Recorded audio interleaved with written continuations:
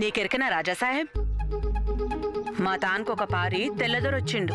ఆయన మాకు ఒక మాట నేర్పించిండు. ఈరోజు నాకెందుకో గా మాట నీతో చెప్పాలనిపిస్తుంది. చెప్పు. తాంకు. ఏంటి? ధన్యవాదాలు. Thank you. గదే గదే. నీ పెండ్లాన్ని కూడా ఎదిరించి నువ్వు నా మీద నమ్మకం ఉంచినవు చూడు, దాన్నే అంటారు ఒక రాజుగారి న్యాయం అని.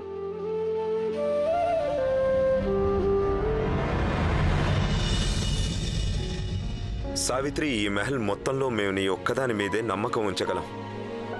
ఎందుకో ఏమో గాని మిగిలిన వారందరూ ఇక్కడ ఏదో కోరుకొని ఉన్నారనిపిస్తోంది. కానీ నువ్వలా కాదు.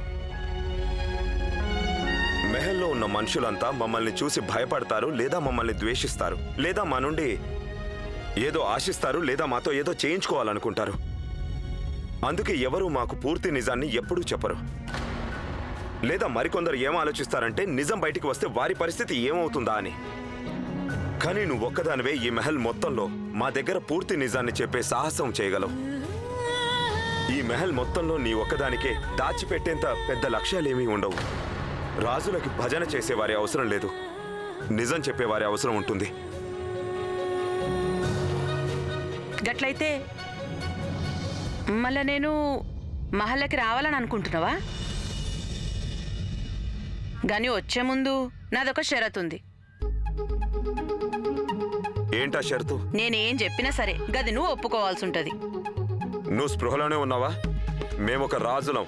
అయితే ఏంది రాజాసాహెబ్, ఈ దేశ దిమ్మరి చెప్పే షరతుల మీదనే పనిచేస్తుంది. కానీ నువ్వు నా పనిలో ఏదైనా తప్పు చూసినావంటే ఈ సావిత్రే పనుదులు వెళ్ళిపోతుంది.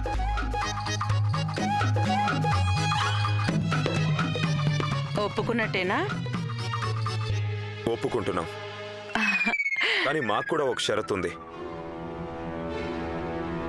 రాజమాత గాయత్రిల గురించిన ప్రస్తావన నువ్వు ఎప్పుడూ మా ముందు తీసుకురాకూడదు.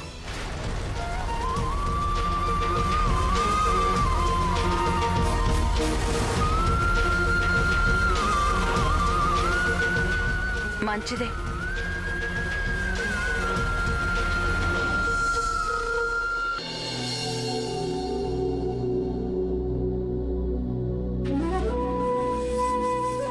ఇంత ఆలస్యం ఎందుకయింది? గోరింటాకు పెట్టించుకుంటున్నావా? అన్నీ సరిగ్గానే ఉన్నాయి కదా? కాఫీ, పెరుగు, కూర, రొట్టెలు, బాదం హల్వా. ఈరోజు రానాగారి కోసం పలహారం మేమే తీసుకెళ్తాం. నిన్న రానాగారు మా మీద కోపం తెచ్చుకున్నారు. ఈరోజు ఆయన్ని బుజ్జగించుకోవాలిగా మరి.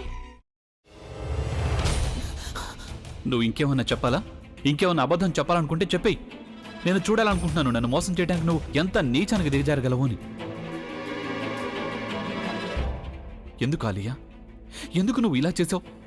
నీకు తెలుసు కదా నానమ్మ తర్వాత నీ ఒక్కదానిని కదా నేను పూర్తిగా నమ్మేది. ఏమన్నావు నువ్వు?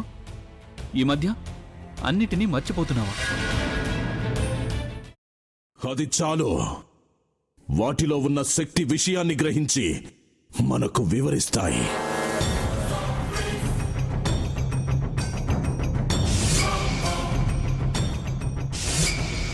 ఎవరు ఆ దండ విప్పొద్దు, గది తలుపులు తెరవద్దు.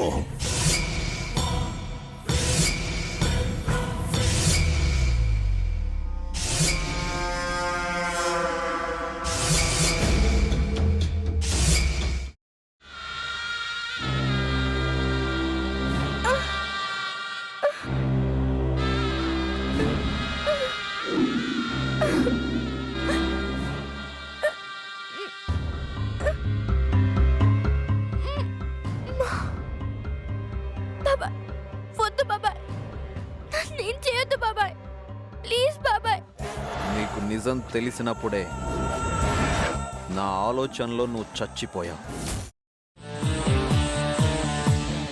ప్లీజ్ కొంచెం తినండి. ప్లీజ్ భీమారావు గారు. మీరా? ఇగో మీరా కాదు, సక్కుబాయ్. అవును, మీ పనామే లేచిపోయిందని చెప్పి కంప్లైంట్ ఇచ్చినావు కదా. రేయ్ ఆయన కంప్లైంట్ ఇచ్చింది లేచిపోయిందని కాదు, కనిపించడం లేదు అని. అట్లానా? సరే మేడం. ఇడియట్. ఆ వంట మనిషి పేరేంటన్నారు? రత్తాలు మేడం. ఏం పెద్ద మంచి, నీ వంట మంచిని కూడా మేడం అని పిలుస్తావా? రేయ్ హాఫ్ బ్రెయిన్,